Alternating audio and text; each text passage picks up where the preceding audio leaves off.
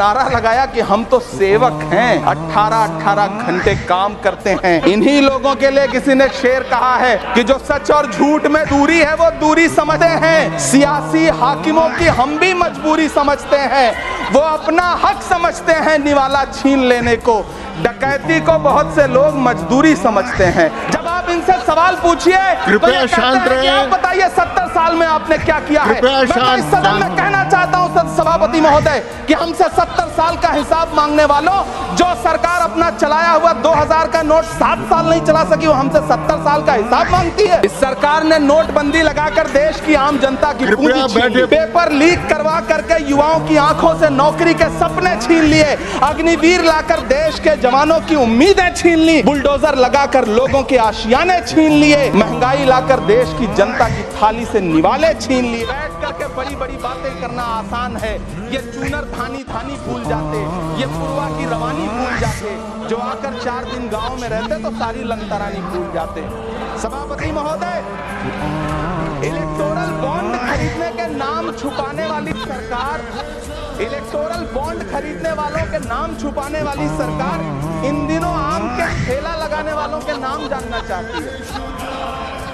मुझे तो होटलों, ढाबों या आम के ठेलों पर नेम प्लेट लगवाने वालों से पूछना है कि कभी खून की बोतल पर देखा है किसी का नाम लिखा हुआ? मुझे पूछना है कि क्या कोरोना के दौरान अपनी उखड़ती हुई सांसों के लिए ऑक्सीजन तलाशने वाले किसी इंसान ने ऑक्सीजन लाने वाले किसी इंसान से पूछा था कि ऑक्सीजन लाने वाले है?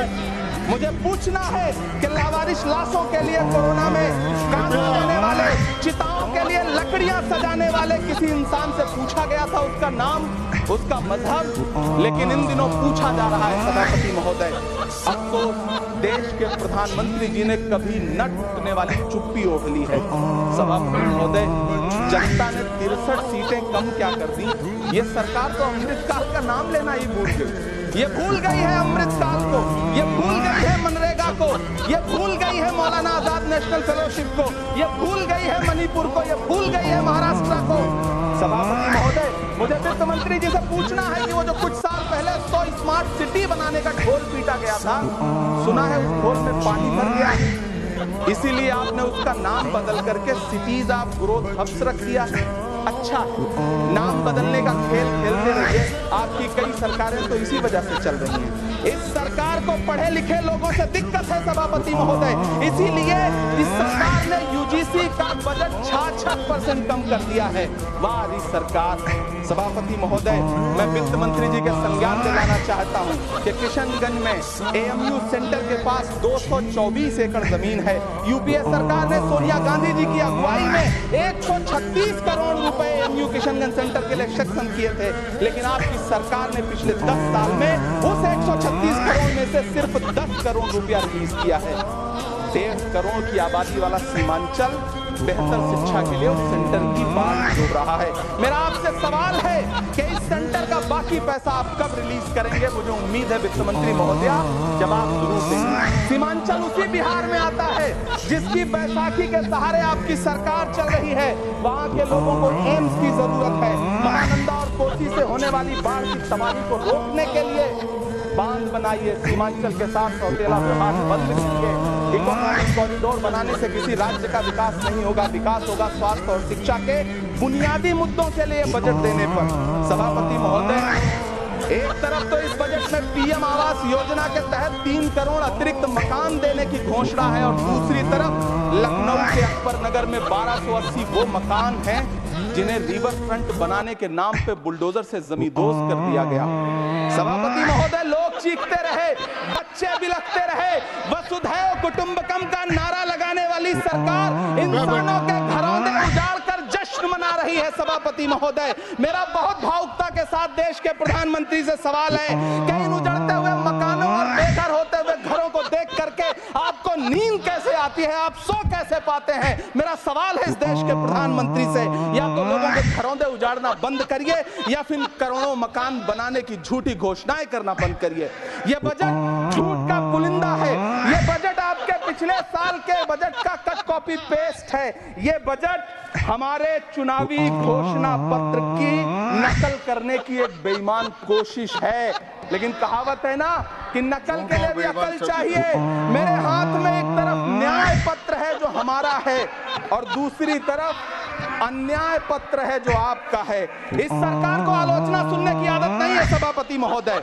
जब आप इनसे सवाल पूछिए तो ये कहते हैं कि आप बताइए 70 साल में आपने क्या किया है। मैं इस सदन में कहना चाहता हूं सभापति महोदय कि हमसे 70 साल का हिसाब मांगने वालों, जो सरकार अपना चलाया हुआ 2000 का नोट 7 साल नहीं चला सकी, वो हमसे 70 साल का हिसाब मांगती है।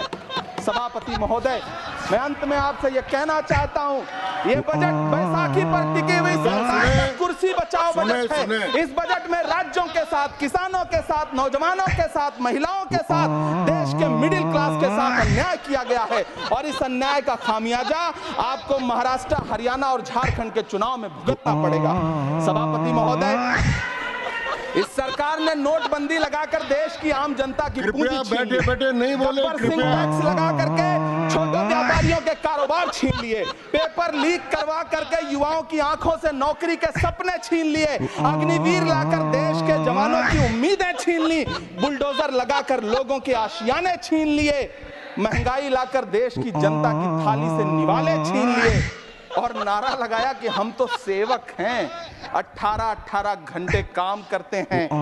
इन्हीं लोगों के लिए किसी ने शेर कहा है कि जो सच और झूठ में दूरी है वो दूरी समझते हैं। सियासी हाकिमों की हम भी मजबूरी समझते हैं, वो अपना हक समझते हैं निवाला छीन लेने को। डकैती को बहुत से लोग मजदूरी समझते हैं, हमें पता है कि कैसी मजदूरी की जा रही है। सभापति महोदय, मैं यहाँ खड़ा होकर के अंत में आपसे कहना चाहता हूँ कि इस बजट में तमाम राज्यों के साथ अन्याय किया गया है, इस बजट में युवाओं के साथ अन्याय किया गया है, महिलाओं के साथ अन्याय किया गया है।